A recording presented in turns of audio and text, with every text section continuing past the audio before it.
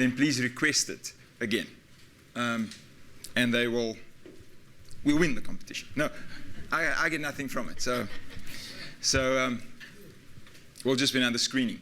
And I'm sure you can invite friends then and bring your own popcorn, etc. Okay, I think we were ready to make a start. I have to say I love the fact that I'm getting questions, which means that we are actually skin thinking, aren't we? We are thinking about our skins. We are thinking about what do we actually do to them. We're thinking about how we treat them. And thank you very much to everyone for the advice and for the questions. I would like to, however, reiterate that I'm not a dermatologist, okay, by training. Number one, I know many dermatologists, and I have a reasonable idea of dermatological practice, as well as obviously the biological basis is more my focus. But I will endeavor to try to answer as many questions as you either lay in front of me or slip me as I'm walking out or come leave on the lectern. What I would do is I want to slot them in sort of as we go through the rest of this week. So if you just indulge me to complete the lecture, I'll try to shorten slightly my lectures tomorrow and Friday, giving us a little bit more time to possibly interact also not only from the written questions but also off the floor. All right? Is that okay with you? And then we'll try to get to them. Some of them, I must admit, I would have to go research some of the answers myself, just to make sure that I give you the proper answer. And even some of them, I may even give my favorite dermatologists a call and ask them about some of the advice. Who has a dermatologist? That they are fantastic. Okay, thank you. So you know that in that consultation period, you're paying for everything that you want to ask. And so when I visit them, I don't get charged. So I just ask them all sorts of questions. But so make full use of that. You're very welcome to take some screenshots of the slides and say, this is what Prof. David has said. Do you agree or do you not agree? If they don't agree, then you don't go back to them. No, I'm joking. Let's kick off this morning by looking at what we do to our skins. So at the start of this week, I gave us a good overview of what we're going to do with this adventure as we go through the week. And of course, I forgot to put my slide changer on. Apologies. So I can move your slides forward, but I will in a second. We looked at what skin is. Yesterday we concentrated on what tanning is all about and the effect of UV on our skins. And we also looked at the fact that we can protect our skins. We can protect it against the harsh realities of ultraviolet radiation, but also we want something that I did not touch on much, but I did show you, is that UVA, the A is that aging wavelength, right? And that UVA affects the underlying structures of the skin as much as the cells in the epidermis, the melanocytes and the keratinocytes. It also affects the collagen and the elastin. And so it slowly degrades it over time. The body recovers, of course. But over time, it gradually degrades it so that it does not recover. And so you slowly start to lose the elasticity. And you start to lose that nice bouncing back feeling. And when I've got a daughter that is 9 months old, and I squeeze her skin. And they talk about the bounce back ability of the skin, right? Or yes, the bounce back ability. That isn't an English word. And so you squeeze it, and you check the elasticity by seeing how fast the skin actually reverts to its original shape. Okay? And so as we get older, you'll see that as you squeeze, it takes a long time to get back to its original shape. All right? And in certain areas, of course, the more unexposed areas to the sun, the bounce back ability is a lot bigger, is a lot stronger. And so that is really because that elastin and underlying collagen has not been affected. The one thing that I did not mention yesterday is that there's 1/3 cell type in the skin that sits in the dermis. And it's a critical cell type for the aging, and for the anti-aging, and for the anti-wrinkling. And that is the fibroblast. So the fibroblast cell is the cell that produces collagen, right? You kill your fibroblasts, you kill your collagen, right? And no matter how much collagen you inject as a filler, if you don't have fibroblasts, it will only last temporarily. And so the collagen will eventually dissipate, and you won't have cells that are actually regulating and upregulating its own.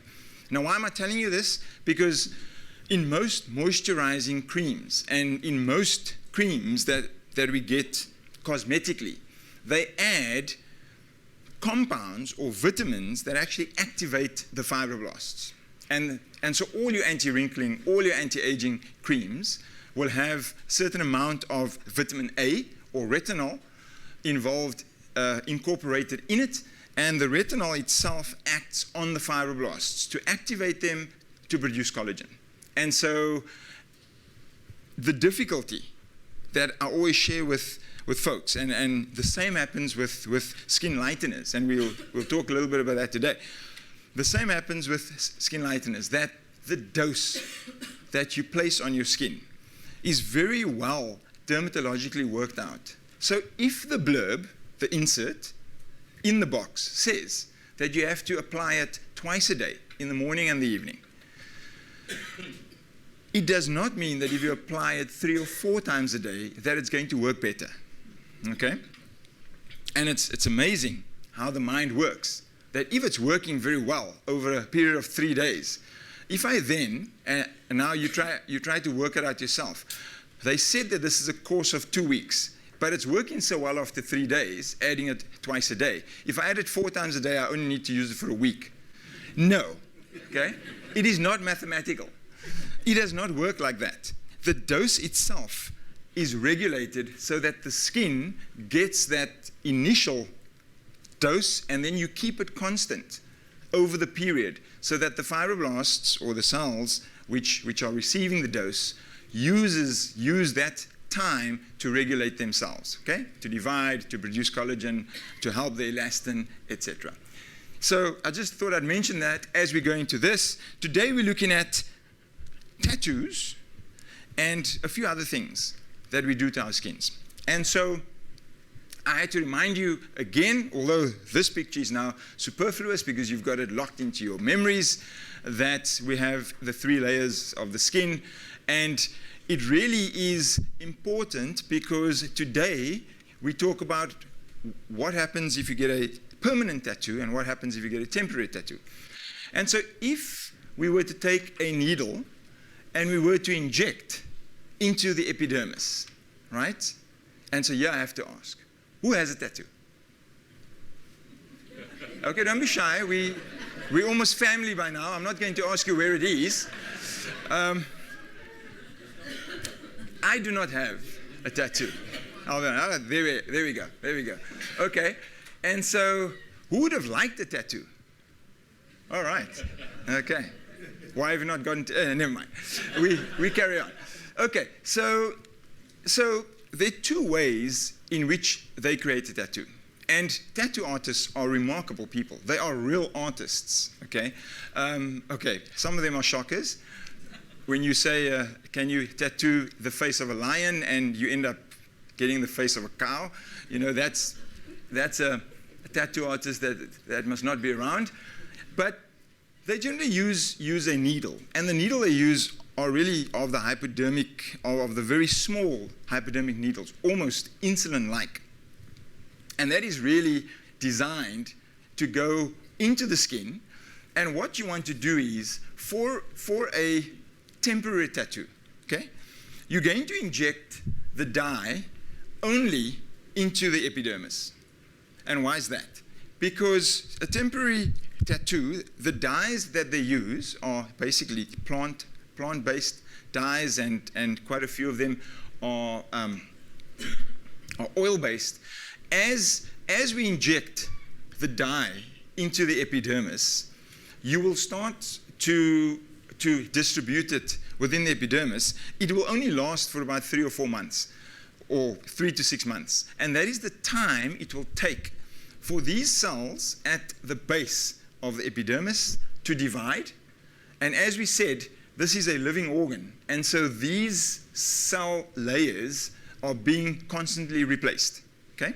And they are replaced by the cells in what we call the basal layer of the epidermis. So the last layer of the epidermis before you get the dermis is called the basal layer. The cells that sit in the basal layer are exceptionally important cells, the melanocytes and the keratinocytes, but the specific cells in the basal layer are those cells that divide. And they divide into 2 cells. So one cell will divide into 2 cells. The one cell will remain a dividing cell, and the other cell will become a more mature cell. And so you get these cells dividing, and over a period of about 6 months, you will literally replace your whole epidermis. Okay? And so naturally, if you have a tattoo that is sitting in the epidermis only, through the process of cell division, you will eventually lose it. Okay? However, most of the tattoos that we have these days are permanent tattoos. And they will advise you, if you go to a very good tattoo artist who is not just in it for money, they will advise you that permanence actually means forever. Okay? You, of course, can have it removed, you can have it camouflaged, you can have it scraped and lightened, and I'll give you a funny story about that a bit later. But the permanence of it is real. And so as you inject it, what the tattoo artists know, because of course below this, and remember this is only 1 to 2 millimeters thick, below this is muscle and a whole lot of other things, and your bone. And so you don't want them to go into the muscle, right? Because that'll cause a whole lot of extra problems. And so they're very skilled in knowing how deep they need to go with their needle. But it is very easy for them to know. Why? Because the dermis contains the blood vessels. And so if you go into the skin, if you continue to go with a slightly thicker needle and you hit blood, you know that you're in the epidermis, that you're in the dermis. Okay? If you do not feel it as the needle goes in, you know you're in the epidermis. As soon as you feel it, you know you're in the dermis. Okay? And so because it contains nerves and blood vessels, they very much know that they're in the dermis. Now, of course, the person that they are tattooing, because these are nerves, and your nerves are directly linked to your brain, and it is painful, the person will tell them, ouch, you're there, and then you know. And then you'll continue to go for it. Of course, they rely very much on the fact that the dyes that they use are going to be activating the immune system. And the reason for that is that you want to activate the immune system effectively, because as soon as you activate the immune system, it increases healing. And so they sort of a dual role there. They want to know that you feel it, because then they know they're deep enough. They also want to activate the immune system by hitting some of the blood vessels and some of the nerves, so that you accelerate the healing process. Okay? And that's that. That is essentially a permanent tattoo. The dyes, different colors and remarkable pictures. And this, I just pulled out a couple of quotes from Nina Jablonski's book on skin that I just wanted to share. She speaks about tattoos as a lasting inscription, conveying the importance of belonging, commemoration, and protection. And it got me thinking, why would people want to tattoo themselves? All right? And it got me thinking further that there must be a myriad of reasons why people actually tattoo. They're very often related to stages of life. They talk about an MLC, a midlife crisis, for those who are beyond it or have not reached it yet. Normally associated with a Ferrari, or a Mustang. In the case of Guy, no.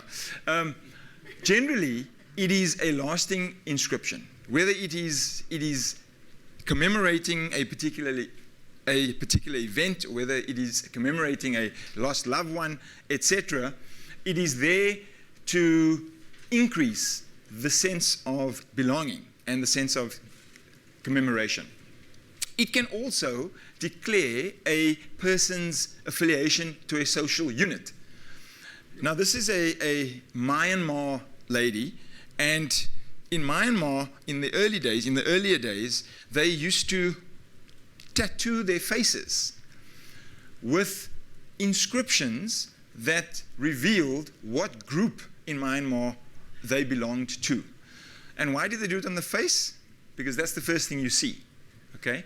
And so it is never covered, generally, and it speaks to your affiliation to that social unit.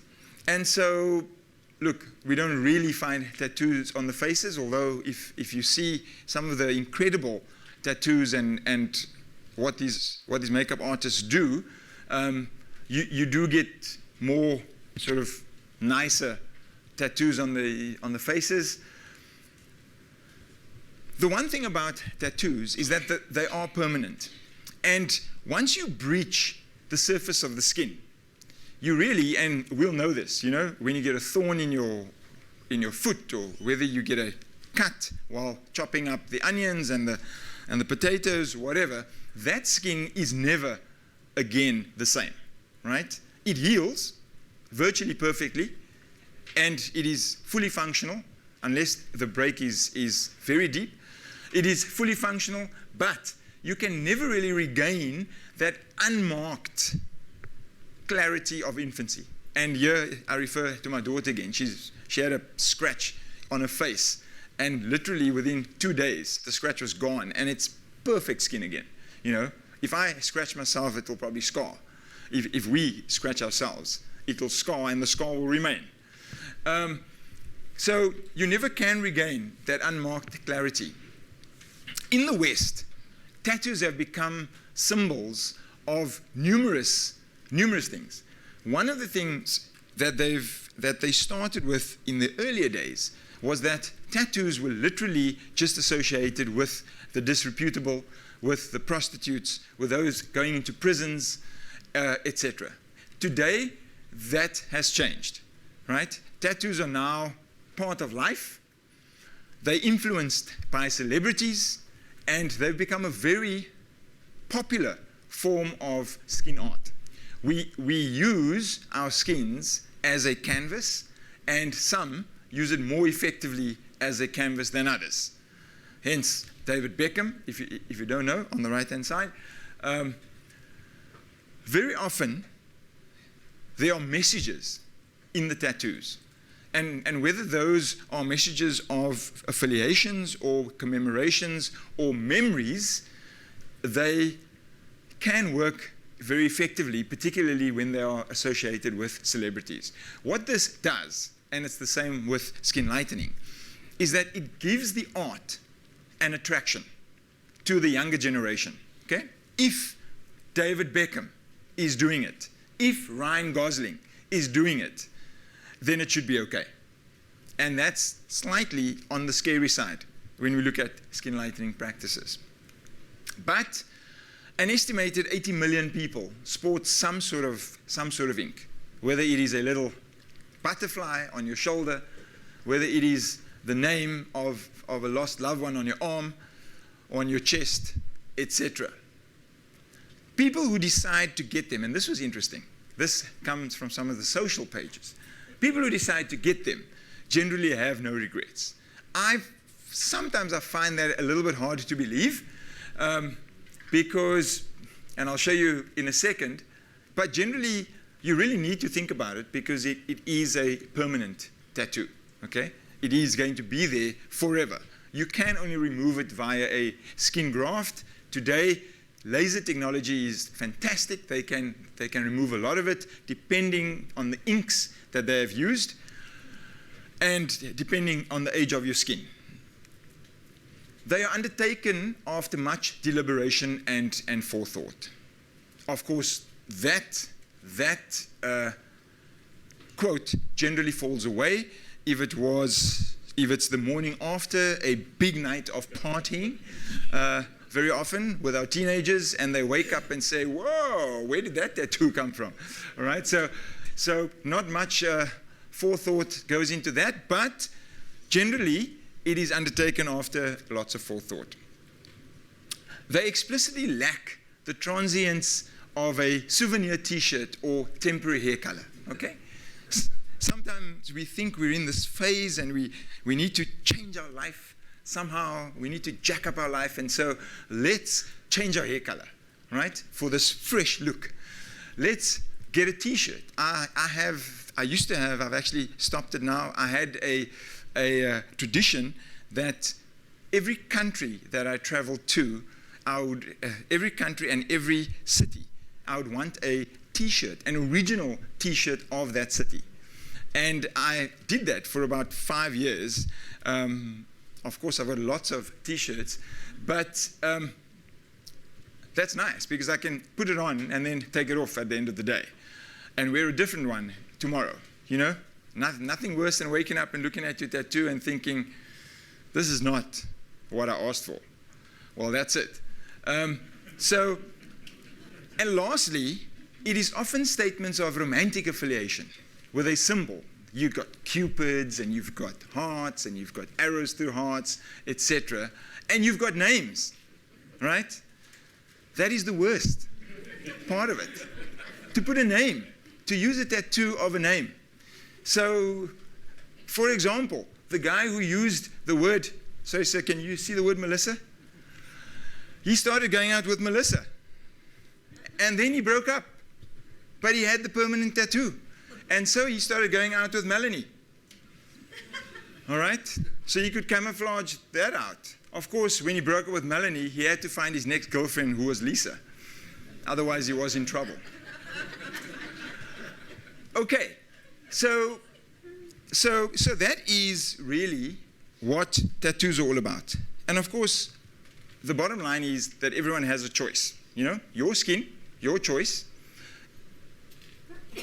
The advice here is that when you do choose, you need to know, you need to be aware of the effect. It is a permanent and a lasting effect. The second topic we want to look at today, and we spoke about it a lot yesterday, but I just wanted to add this today, is this desiring of darkness. And this is tanning.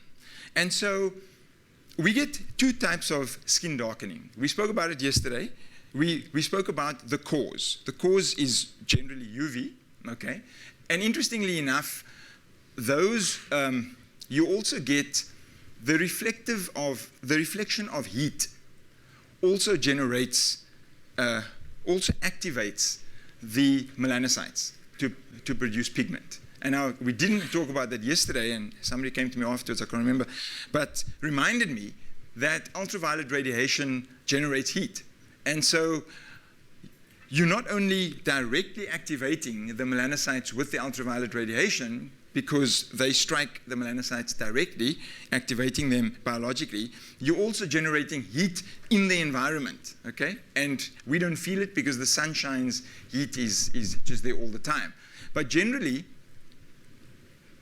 people, for example, that work in kitchens, that work in front of ovens for most of the day, they also tend to be slightly darker, okay? Because that heat, it is not ultraviolet radiation, but the heat itself leads to a propensity of the reaction or the activation of those skin cells. There are two types of darkening that we get. The one is the immediate pigment darkening. Now that is the darkening that happens just after you've received a particular amount of ultraviolet light, okay? it is the darkening that virtually you can walk out of the sun and under a tree or in the shade, and you will see that your skin darkens. But that is a transient darkening. So we call it immediate pigment darkening, and it's so hilarious because people that are looking to tan, they'll go into the sun. They'll walk out of the sun, or they'll get home and they'll say, "Whoa, look at my tan." They wake up the next morning and it's gone. Okay? And what that is just a reaction of the cells together with your immune system in that environment of the skin to activate the pigment production, but it is in fact not a lasting pigment production. Why? Because the immune system surveys the entire system, that is your body, and will very quickly generate compounds and proteins that actually neutralize the darkening, okay? Because the darkening for the immune system is not a natural phenomenon. And so what I'm getting at is that if you go sit for 1 day in the sun, then you go home and you have a tan, that tan is going to last very short, okay? For a very short time. It is the facultative darkening that you actually want. And remember yesterday I said, when we spoke about the stakes, I said as soon as you know your MED, you can go into the sun for that amount of time that you've now wonderfully worked out for yourself. And so, you know, I go into the sun for 7 minutes. In fact, mine is 6.3 minutes. The last time I checked, I go into the sun for 6.3 minutes, and then I get out to the sun. And I do that over a period of 4 or 5 days. You are giving in the same way that we spoke about the doses that you need to put on your skin. You're doing exactly the same. And so you're slowly but surely adjusting, or your cells are slowly but surely adjusting to the fact that they are being activated slowly. They are producing the pigment, and the pigment is a lasting pigment because every day you're activating it within your MED, your 1 MED. And then you'll get facultative tanning, which is really what you want because that is a lasting tan. Of course, through the summer, the radiation differs, as we spoke about yesterday. Seasonally, it differs. You know, we do lots of things that cause it to increase and cause it to decrease, and that's just the way it is.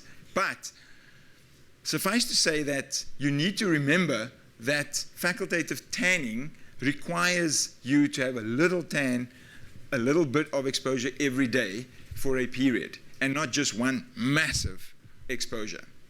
Not only do we get facultative and a beautiful overall tan and tone when we go that route, but a massive amount of UV radiation at once may give you the tan, but it's also damaging 3 or 4 times the numbers of cells that you hood through facultative tanning, okay? Through facultative darkening. So that's tanning. Now, my other hat that I wear, that I normally throw off and stomp on, is recreational tanning. Now, what is recreational tanning? Recreational tanning involves sunbeds, okay? Now, sunbeds, and this is where the dermatologists, particularly the cosmetic dermatologists and particularly the wellness centers, run when I come through the door. Because there is nothing, absolutely nothing good about a sunbed, folks. And I'm going to use a few minutes now through the rest of the slide to explain why.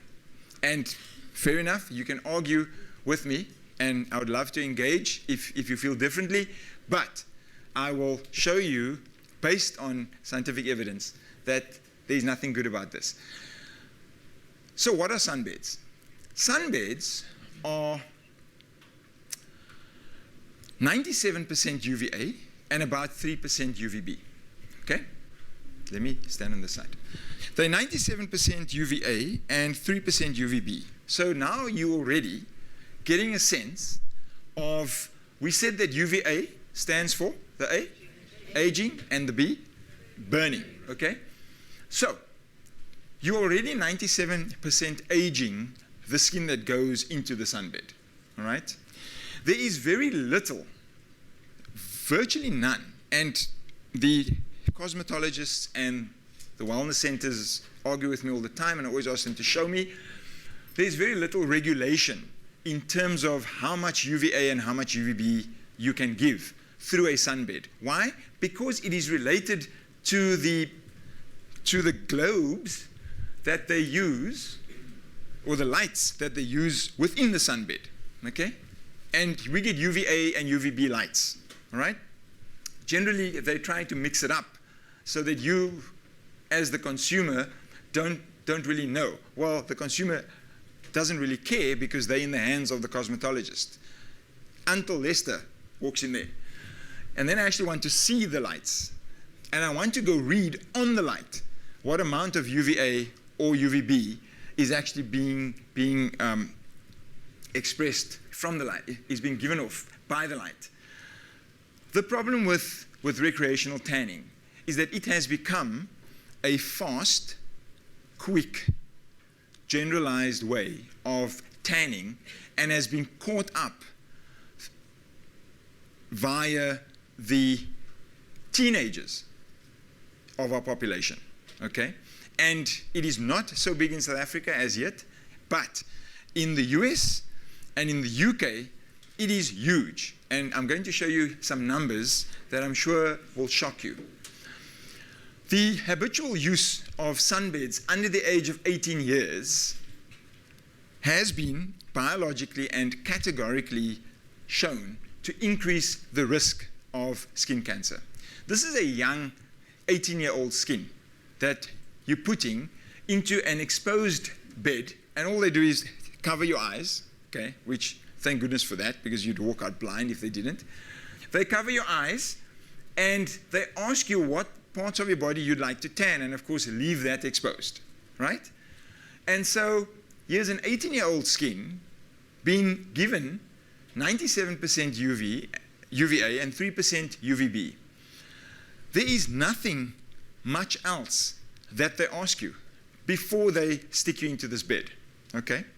And now you know from yesterday's lecture already that there are quite a few things that you need to know before you expose yourself. I mean, never expose yourself to this, but if you were, or if you see teenagers being exposed, there are a couple of things you need to ask yourself. Number one, what is my skin type? Okay? Because they are not going to turn away a Fitzpatrick skin type 1 from a sunbed. They're not going to turn away a Fitzpatrick skin type 2 from a sunbed. Yet, Fitzpatrick skin type 1 has very little protection, inherent protection, and does not tan. But they're not going to tell you that because this is 800 to 900 Rand a shot. And they need that. And certainly 18 years, fortunately now, at the moment, 18 years is the limit. In South Africa, you're not allowed to be sunbed exposed under 18 years old. And at least they've kept that up, because that's the other thing that I speak to them about. Can I see your book if there's anyone under? No. So they just hate me there.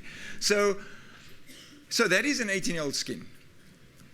The scary bit is that 28 million Americans currently use artificial tanning. Yes. No. Artificial UV tanning via sunbeds. Why do they do that? Number one, there's a myth goes around that because they are a northern hemisphere country, that they do not receive enough UVA and UVB during the winter months in order to tan. That's crap, okay? You receive more than enough UV, you just need to know how to channel it and how to use it, all right?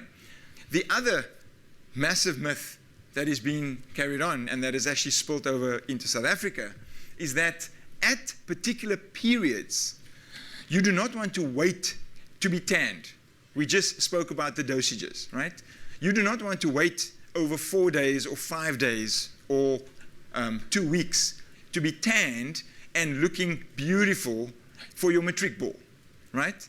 The quickest way to do it is to go for immediate pigment darkening, throw yourself into a bed, stay in there for an hour, and get exposed to 97% UVA, increase your risk about 20 times to cancers later on in life. But hey, I'm going to look beautiful for my matric ball. Okay?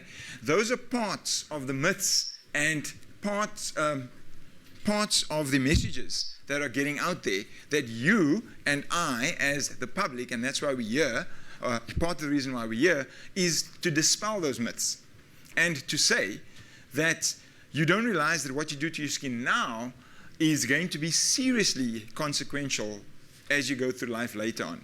And that the matric ball is only one night. And if he doesn't like you the way you are, then you shouldn't be with him anyway, right? So certainly we've found, and there have been lots of studies, where sunbed users increase the risk. So here really the majority of users, besides the 28 million Americans, the statistics are horrendously high as well. For the UK, particularly the northern Scandinavian countries, all right? Norway, Sweden, etc. Use millions of users using sunbeds. They have shown in various studies in Europe and in North America that you definitively increase your risk. And so what they've done is one study has followed a cohort of teenagers that they didn't consciously get the teenagers to use a sunbed. They found or recruited teenagers that had used a sunbed or sunbeds, found out how long they've been using it, and they fitted the profile. They then followed them for 20 years in one study. And it was a study of probably about 500 or 600 teenagers, all colors, all shapes and sizes. They followed them for 20 years, so they don't literally go and speak to them every year. What they do is they recruit the cohort, and then 20 years later they try to find where they are. And then they took their history, their dermatological records, and looked at whether they had, versus the control cohort who did not, obviously, whether they had increased their risk of skin cancer. And just about 90% of them did, okay? Had some sort of skin cancer, whether it be a basal cell carcinoma, a squamous cell carcinoma, or a melanoma. And that's not to say that over the period of the 20 years that they had increased by going to sit in the sun, etc. But the control cohort had been doing the similar activities. Why? Because they were in the same geographical region. And so literally the environment was the same for the two cohorts, and they could clearly show that about 90% of those that had gotten major amounts of sunbed use through their teens, through the late teens and the early 20s, had increased their risk of skin cancer. Now get this. There are more than 250,000 British children aged between 11 and 17 years using artificial sunbed UV tanning machines. And if you just walked around the UK right now, you will see that the amount of tanning salons have increased remarkably. And these are things that catch my eye when I walk around a city, that the amount of tanning salons have just quadrupled over the last 10 or 20 years, because this is becoming the in thing. In Britain at the moment, and I think they've just about a year ago introduced the legal limit of 18 years old. But before that, for Pete's sake, you're putting an 11-year-old skin in a UV bed, and you're exposing it to UV that it will probably, in all of its lifetime over the next 20 years, will meet the dosage that you'd be giving it over a week or over 2 weeks via sunbed. And so it really is an issue. Of course, this, once again, has been driven by media, has been driven by advertisements of these very white-skinned people, and then plus sunbed, and these very white-skinned people looking very sad, plus the sunbed, and then they're looking very glad, right? Massive smiles, brown, relaxing on the beach. In this one, they're sitting in the igloo, and they're looking sad, and the next picture after the sunbed is them sitting on the beach, brown, happy, having drinks, etc. And so the media plays a massive role in driving a lot of these cosmetic fallacies, as I call them. Finally, in certain areas of Britain, 50% of females, they've found, between 11 and 17 years use artificial UV tanning. And this is as bad, okay? As bad. And why do I say that? Because don't forget that the propensity, you are exposing your entire skin to the UV. Very often, and we're all adults here, very often the breasts are much lighter than the rest of your skin. Why? Because they don't get exposed very often. And so females going into sunbeds generally do it topless so that they can, they can get a nice overall tan, right? The problem with that is that, as we know, UVA and UVB penetrates the epidermis and the dermis. The dermis has cells. The epidermis has cells. But below that, you're also activating the immune system. You're activating other cells that may become seriously damaged in the breast tissue, and so could as well lead to associative cancers later in life, okay? Besides skin cancers, you're getting an overall activation of the immune system. You're getting overall activation within the cells of the body. And so they've never proven it. They've never proven, for example, that an increased risk of breast cancer or associated cancers of the breast are associated with increased in UV or artificial tanning. But I'm sure that if they did, it may be quite high on the correlation statistics.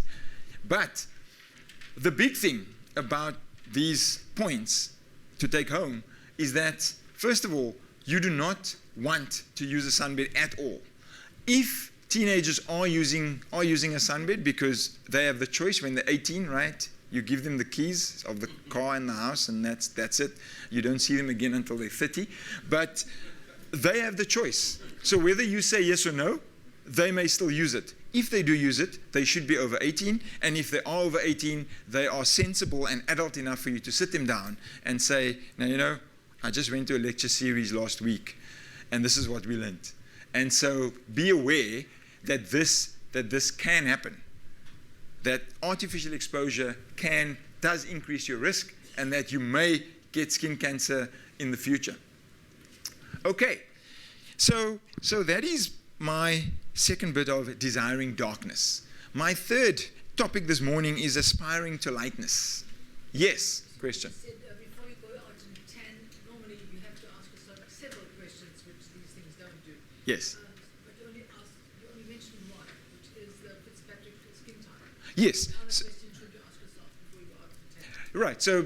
So what's your MED? For example, do you really want to do this? That's actually the biggest question. Do I actually want to increase my risk of skin cancer when I live in South Africa and the UV and the ultraviolet radiation is high anyway?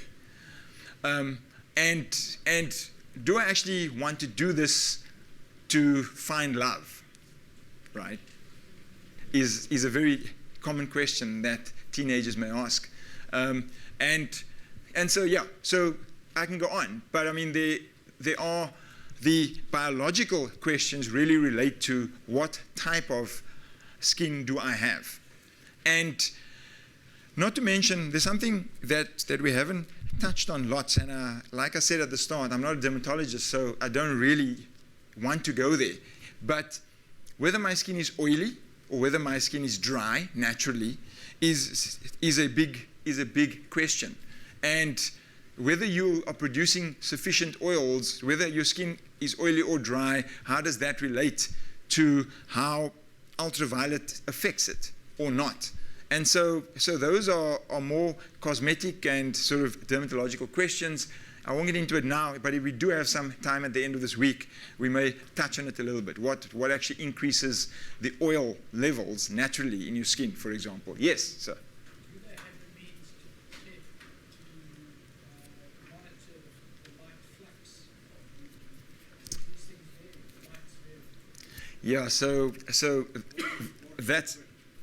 that's an excellent question. Do they have a means of measuring the light flux in these sunbeds? You're talking about the sunbeds? Yes.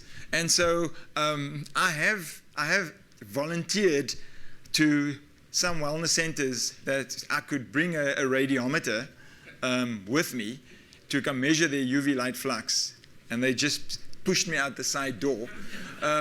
So no, I don't think they do, and I really don't think it's very well regulated. Some of them even say, as soon as you're in the bed, as soon as you get too hot, let us know. I mean, really? Yes. In some countries like Russia, they have very little sun in the winter. Yes. And they start the classes in the morning with the little children, they're naked, and they put these sunlights, I don't know what it is, to give them vitamin D. Right. So as we said yesterday, the other serious point about that. So the question was, the issue was that in Russia, where they do not have a lot of sunlight during the winter months, and that is true. Don't forget, they still have ultraviolet radiation.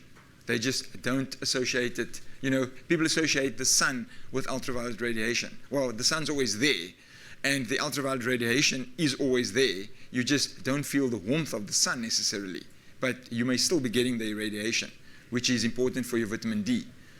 So even though you may not be warm, I mean, you know, very often in winter, our sun just feels like it's not heating up at all. We're still getting that irradiation from the sun. But it is a point that they put the little kids in front of these lights, or light therapy almost, to increase the amount of UV that they receive so that they can increase their vitamin D. I have heard of stories like that. I haven't really researched it much, but as we said yesterday, it would be necessary if indeed a country feels that they don't have enough ultraviolet radiation to convert, and remember we need UVB to convert the vitamin D to a soluble form that the skin can use, but nothing replaces, or the alternative is that they can supplement it, right? So you don't need to go the UV route. You certainly don't need to put kids in front of lights in order and use the excuse, as it were, that you need that for vitamin D. You can supplement vitamin D, and that works as effectively. And you then still would just you'd need a little bit of irradiation, because your levels would be high enough to be converted over time to maintain your vitamin D levels. Okay, I want to move on to this topic because it is one of my interests as well, as you know. Aspiring to lightness and skin bleaching or skin lightening goes with various names. Okay, some people call it skin lightening.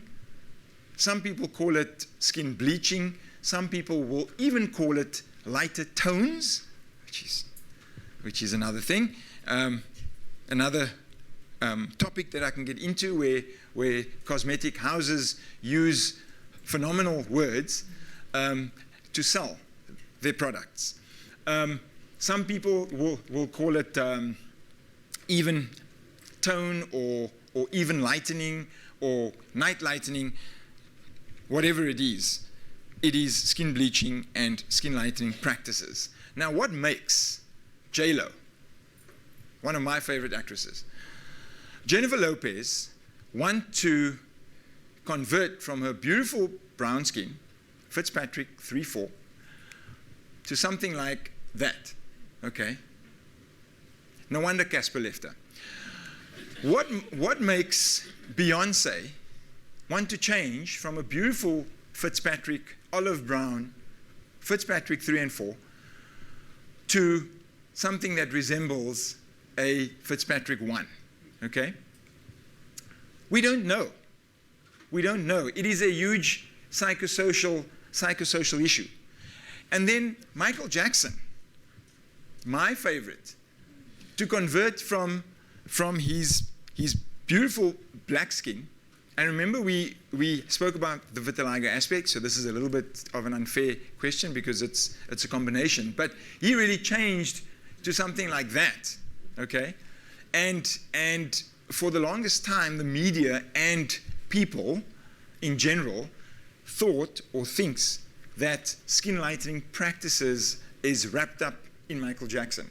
But it's actually not, as we heard yesterday. He actually had vitiligo. So he used skin lightening as a way to reduce the rest of the body that would have been transformed anyway over time in a very patchy way. He wanted to transform his entire body to light, okay, to white. As I said, the nose, the lips, and the eyes are not my issue. They do say that if Michael Jackson had to continue to live for the next 30 years, he'd have looked like that. Okay, we're moving on. We're coming local, and this is our local Kwaito star, Nomasonto Mashoza Manisi, and I've had the privilege of chatting to her lots. Mashoza is really a very big Kwaito star.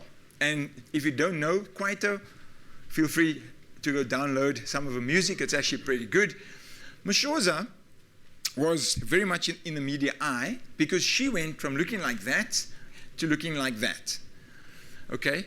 And when interviewed, they asked her why. And she said, I've been black and dark skinned for many years. I wanted to see the other side. I wanted to see what it would be like to be white, and I'm happy. And that is exactly what we are trying to get away from. Not only the quote, but the fact that she said, I am happy, all right? Which implies that she was not happy being black, right?